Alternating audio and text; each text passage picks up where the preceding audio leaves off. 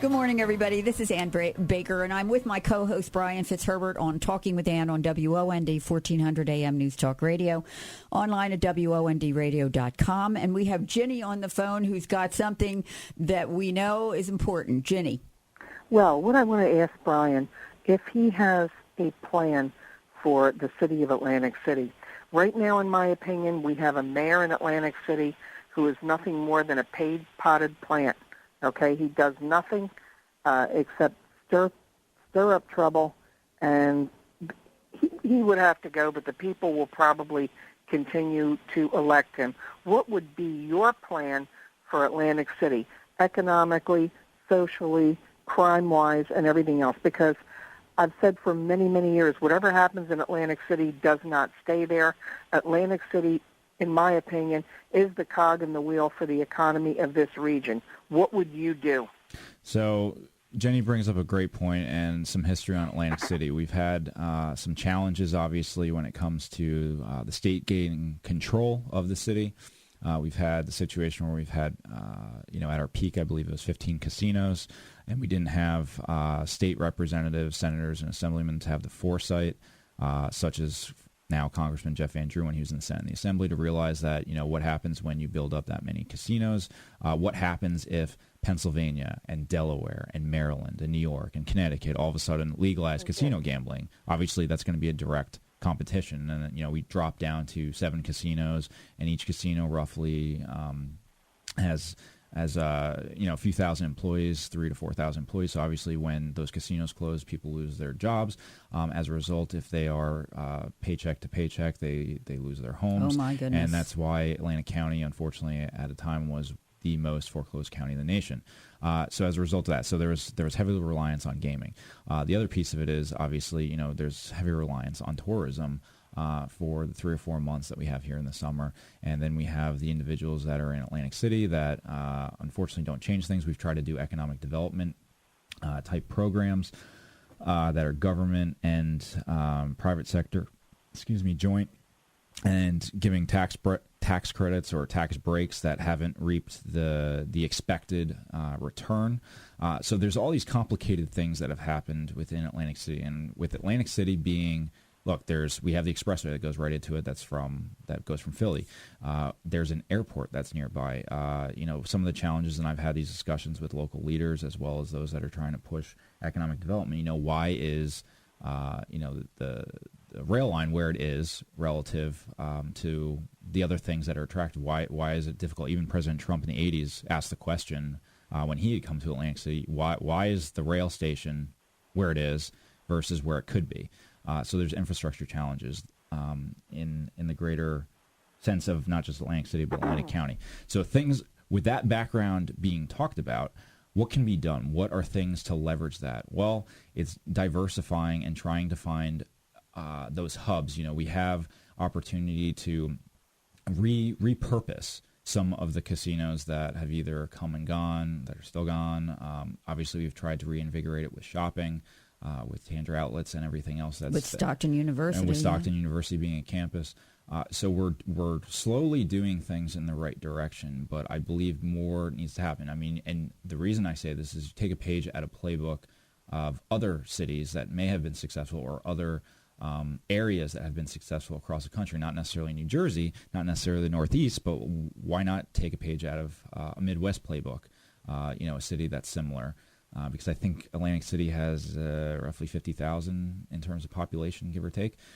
So you have to have that in the mindset and in terms of determining what kind of volume you're going to have for demand. So this is an economic lesson that we need to discuss in terms of how do we approach this? How do we attract and diversify what we've already done? Obviously, we've put Stockton's campus there. We've got shopping there. We've got casino and gambling and gaming. We've got tourism. We've got, obviously, with the arena football, we try to inject some with Boardwalk Hall. It's getting more pieces like that. But I would be a big proponent of trying to get some kind of corporation or a couple of corporations that may be able to repurpose some of those buildings into office buildings. Inner city or on the boardwalk, it doesn't matter. Repurpose them and give them a track. Because what do we have? So, for instance, when the whole Amazon contest, as you can call it, was going on. What did Amazon want? They wanted easy access to transportation, i.e. Rail lines or airports or expressways, for instance. Easy access to the corridors that they need to get to, i.e. Washington, D.C. and New York. Obviously, Atlantic City, you can Perfect. You can do that with basically the Garden State Parkway, with the expressway, with AC Rail Line. You can do that to the train if you get to the station at 30th Street in Philly. You have all those infrastructure things, so why wasn't it attractive? The other piece is having the necessary skill sets to be able to support. Granted, when things happen, unfortunately, and challenges happen where businesses don't go the way you want, you have to find different skilled labor, and I don't mean that in anything other than it could be low, medium, or high-skilled individuals that can repurpose their skills for a different trade, that have training programs, job skills programs, education programs. Everyone who listens to me knows that college is definitely not a one-size-fits-all. I don't believe that. I think we need to have more proponent of technical schools, vocational schools, academies that focus on particular things. Obviously, I think we should have more in terms of academy when it comes to aerospace and defense and being able to support that. There are plenty of instances where you can repurpose vocational and technical schools. So all those pieces have to play a part, and there has to be ways to bring that in. And, former Congressman Lobiondo had done things by securing federal grants to assist South Jersey. He's done that down in Cape May. There's also working in conjunction with state and those in Trenton to secure, I forget what they're called, but in terms of economic growth zones from a state budget standpoint. But it can't just be government, and it shouldn't be government. There should be free market, and there needs to be an attraction for free market to actually take over, where you can get corporations that can come here. Maybe it's not Amazon. Maybe it's someone who's like 300 on the Fortune 500 or something, or 400 that we can make attractive. And part of that, and I've said this, most people that have seen me out have heard me say this. New Jersey is a deep, dark blue state from a business standpoint. It's very hard for anyone to consistently be part of growing their business, much less attracting others to come here. So what does that mean? That means we have a hard time challenging or competing with those states that have less onerous business regulations than New Jersey. However, there are states that are worse off than we are, such as California, such as Illinois, such as Massachusetts and Connecticut. That means going after those states, finding companies in those states, and making an attractive case as to why they should take a look at New Jersey, because of the fact that we have beautiful beaches here, the fact that we have beautiful hiking, the fact that we have beautiful access to the corridors like Washington, D.C., like New York City, that's easy access, as well as to Philly. So making those pitches and having that availability, that space, or the opportunity to revision something. It's similar lifestyle in those states. Those are obviously just as expensive, or if not more, states that New Jersey is. But those are the kinds of things and the lines of thought that we have to think about in terms of making it attractive. And we've tried avenues in terms of quote unquote economic development that's government only. Never works. It doesn't work. We know that it doesn't work. We've seen it doesn't work. We've seen it time and time again. It doesn't work. But being able to have and coordinate things, take a page out of President Trump's playbook. Look what he did with Foxconn over in Wisconsin. This was a company that was going to have a facility in China that shifted to Wisconsin. And they're like, all right, what does Wisconsin have in terms of repurposed labor that may have been part of different manufacturing?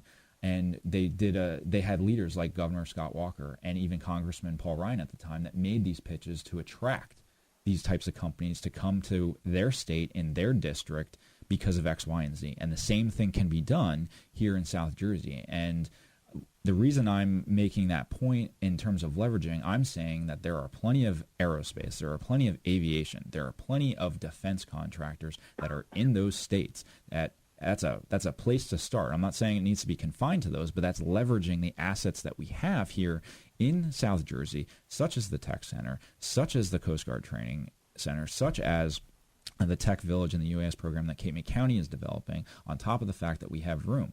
Now, that doesn't necessarily just have to be confined to those. What is also in the supply base or the supply chain that supports our existing industries, like agriculture, like fishing, like gaming? Are there other ways that we can branch off of that? Those are the things, and that would be the plan that I would continue to hit more and more as I continue to make more points of leverage if I was a representative in Congress.